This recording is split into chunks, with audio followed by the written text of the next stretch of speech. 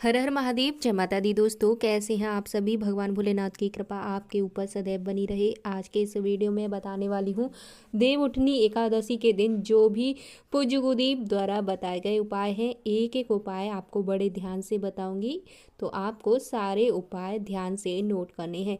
देखिए, गुरु जी के द्वारा जो भी उपाय होते हैं वे मैं आपको इस चैनल के माध्यम से, वीडियो के माध्यम से बताने का पूरा प्रयास करती हूँ। बस आपको इन उपायों को सही तरीके से समझने का प्रयास करना है और इन उपायों को करके आपको इनका लाभ प्राप्त करना है। ये उपाय जो मैं आपको बताने वाली हूँ आज के वीडियो में, ये पूज्य गुरुदेव द्वारा बताए गए जितने भी उपाय हैं देव उठनी एकादशी के दिन जो किए जाते हैं, वो सारे उपाय आज वीडियो में आपको मिलने वाले हैं।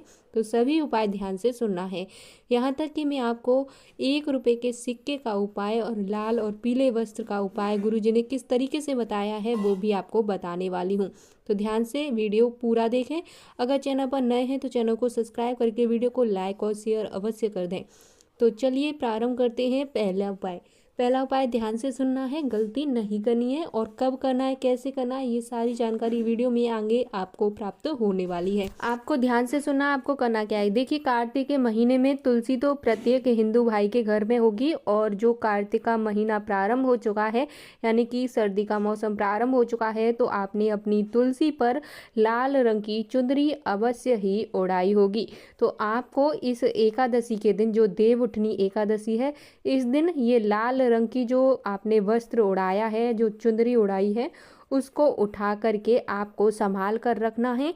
और फिर आपको उसी जो आपकी तुलसा जी हैं उनकी पूजा अर्चना जो आप करेंगे, उस समय आपको उन पर पीले रंग का वस्त्र उड़ा देना है और ये वस्त्र आपको पूर्णिमा तक रखना है।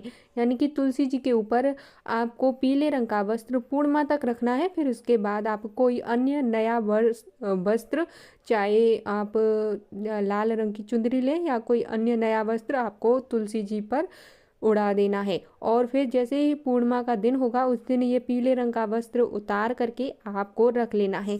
तो देखिए, आपको इन पीले और लाल रंग के वस्त्र से क्या लाभ प्राप्त होगा। अगर लाल रंग का जो वस्त्र है वो आपने अपने घर में संभाल करके रखा है, तो वो जो वस्त्र है लाल रंग का, अगर आपके घर के सदस्यों के मुख से कोई भी अपशब्द बोलने वाला होगा, जैसे कि कई बार अपशब्द आप मुख से बोल देते हैं, तो वो अपशब्द इस लाल वस्त्र की कृपा से नहीं बोलेगा। यानी कि वो लाल वस्त्र जो है वो अपशब्द बोलने से पहले ही रोक लेगा और आपके मुख से शुभ शब्द ही बोलेंगे। ऐसा कोई शब्द नहीं बोलेगा जिससे कि सामने वाले व्यक्ति को वह शब्द बुरा लगे।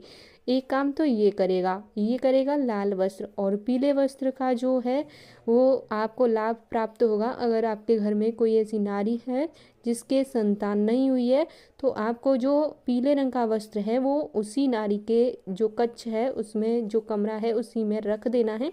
ऐसा करने से कुछ दिनों के बाद में वो नारी गर्भवती होगी और उसके संतान होगी। तो ऐसा गुरुजी ने उपाय बताया है लाल और पीले वस्त्र का। तो ध्यान से आपने उपाय सुन लिया और इसका जो लाभ है वो भी आपने सुन लिया। अब मैं आपको 1 रुपए के सिक्के वाला जो उपाय है, वो जो कि आपको देव उठनी एकादशी के दिन करना है, वो भी बताने वाली हूँ। अब आप इसे ध्यान से सुने। तो ये तो था पहला उपाय। अब दूसरा उपाय ध्यान से सुनना। आपको 1 रुपए का सिक्का लेना है और जब आप पूजा करेंगे ना, तब आप, जैसे कि आप तुलसी जी की पूजा करेंगे और वहाँ पे शालिग्राम रखे हुए हैं, तो आपको क्या करना है, जब पूजा करें उस समय 1 रुपए का सिक्का लेना है और आपको मिट्टी में गाड़ करके जहाँ तुलसी जी हैं वहीं पर तुलसी जी रख लेनी है, या फिर जो शालिग्राम जी हैं उनको उस 1 रुपए के सिक्के पर रख कर पूजा पाठ कर लेना है। और दूसरे दिन देव उठनी एकादशी का दूसरा दिन होगा, उस दिन सुबह सुबह ब्रह्म मुहूर्त में उठकर, यानी कि सुबह 4 बजे उठ करके आपको वो सिक्का निकाल लेना है और उस सिक्के को हल्दी में डुबो करके आपको धन रखने वाले स्थान पर, व्यापार वाले स्थान पर रख देना है। तो 1 रुपए के सिक्का का उपाय ये करना है। इससे क्या होगा कि कभी धन और अन्न की कमी आपके घर में नहीं आएगी। ये धन की कमी को दूर करने के लिए गुरुजी ने उपाय बताया है। अब मैं आपको तीसरा उपाय बता रही हूँ जो कि एकादशी के दिन करना है। ये जो तो मैंने उपाय बताए ये सिर्फ देवउठनी एकादशी को किए जाएंगे, और जो तीसरा उपाय है ये कभी भी किसी भी एकादशी को कर सकते हैं। तो इसके लिए आपको लेनी है 7 बेलपत्र और 1 लोटा जल, और उसमें गंगा का जल अवश्य मिला लेना है। गंगा का जल पर्याप्त मात्रा में नहीं है तो साधारण जल लेकर उसमें 2 से 4 बूंद गंगा जल की डाल करके आपको 7 बेलपत्र उसमें डालकर सीधे भगवान शिव के मंदिर जाना है। और जो जल है, जो लोटे में जल है, वो तो आपको नंदी जी के जो पैर होते हैं वहाँ पर समर्पित करना है, और जो बेलपत्र हैं वो आपको समर्पित करनी है भगवान शिव की शिवलिंग पर। इससे क्या होगा, घर में धन रुकना प्रारंभ हो जाता है। अगर घर में धन की कमी है तो वो आपकी धीरे धीरे समाप्त हो जाएगी। तो तीसरा उपाय ये करना है। अब बढ़ते हैं चौथे उपाय की ओर। तो चौथा उपाय, 5 दीपक आपको जलाने हैं, और ये दीपक कहाँ कहाँ जलाने हैं ध्यान से सुने। 5 चाहे आटे के दीपक लें, मिट्टी के लें, जो भी आपके पास है वो दीपक आप ले सकते हैं। और इन 5 दीपकों को आपको एकादशी के दिन शाम के समय आपको जलाना है अपने घर के मुख्य दरवाजे के बाहर जो दहलीज होती है वहाँ पर आपको इन दीपकों को जला देना है। बस आपको ध्यान रखना है जब घर के सभी सदस्य सो जाएं उस समय आपको ये दीपक जलाने हैं। इससे क्या होगा, माँ लक्ष्मी प्रसन्न होंगी और घर में आपके रंग जंग हो जाएगा, यानी कि घर में धन धान्य बढ़ता जाएगा। और अब आपको एक स्वधा वाला उपाय करना है। ये आपको क्या करना है कि वैसे तो आप भगवान भोलेनाथ के मंदिर प्रत्येक दिन जाते होंगे, नहीं जाते तो सोमवार के सोमवार तो जाते होंगे, नहीं जाते तो एकादशी के दिन तो आपको जाना ही है। और उस दिन अगर आपको ऐसा लगे अपने जीवन में कि ज़्यादा तकलीफ है, ज़्यादा समस्याएं आ रही हैं, तो आपको करना क्या है, वहाँ जाकर यानी कि भगवान भोलेनाथ के मंदिर जाकर 1 लोटा जल समर्पित करके 3 बार अपने मुख से बोलना है स्वधा स्वधा स्वधा। इस शब्द को बोलने से आपके जीवन में जो भी तकलीफ होगी, जो भी समस्याएं होंगी, जो भी रुकावटें आ रही होंगी, वे धीरे धीरे करके समाप्त हो जाएंगी। तो ये सारे उपाय आपको एकादशी के दिन करने हैं।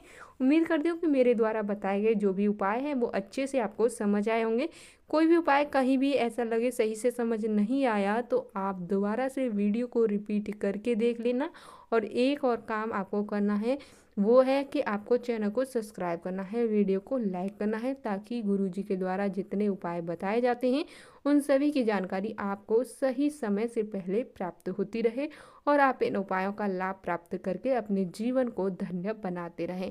हमारा सिर्फ एकमात्र उद्देश्य है गुरुजी के द्वारा बताए गए उपाय आप तक सही तरीके से पहुंचाए जाएं। अगर वीडियो पसंद आए तो वीडियो को लाइक करके शेयर अवश्य करें और नीचे कमेंट बॉक्स में हर हर महादेव जरूर टाइप करें। मैं मिलती हूँ आपको नेक्स्ट वीडियो में। ओम नमः शिवाय, हरि ओम दोस्तों।